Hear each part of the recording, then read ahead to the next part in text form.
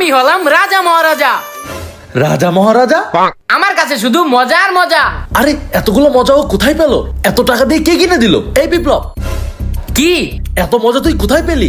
তোমাকে বলবো কেন? গরিব।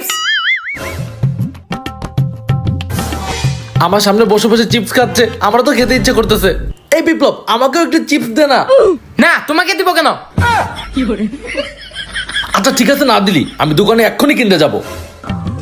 এই ভাই, একটা চিপস দেন তো। দাঁড়ান, এক্ষুনি দিতেছি। এই নেন। কত টাকা? 5,000 টাকা। একটা চিপসের দাম 5,000 টাকা কিভাবে হয়? একটা চিপসের দাম না তো, আপনার টোটাল বিল 5,000 টাকা। আমি তো 5,000 টাকা বিল করিনি, তাহলে এত টাকা কে করলো?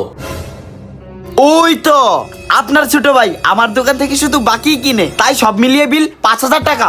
আরে দোকানদার ভাই বাকি খাওয়ার কথা বলে দিয়েছে, বাকি। আজকে তো তোকে আমি খাইছি, তারা আজকে তারা আমাকে না বলে বলে দোকান থেকে বাকি খাস, তারা আজকে।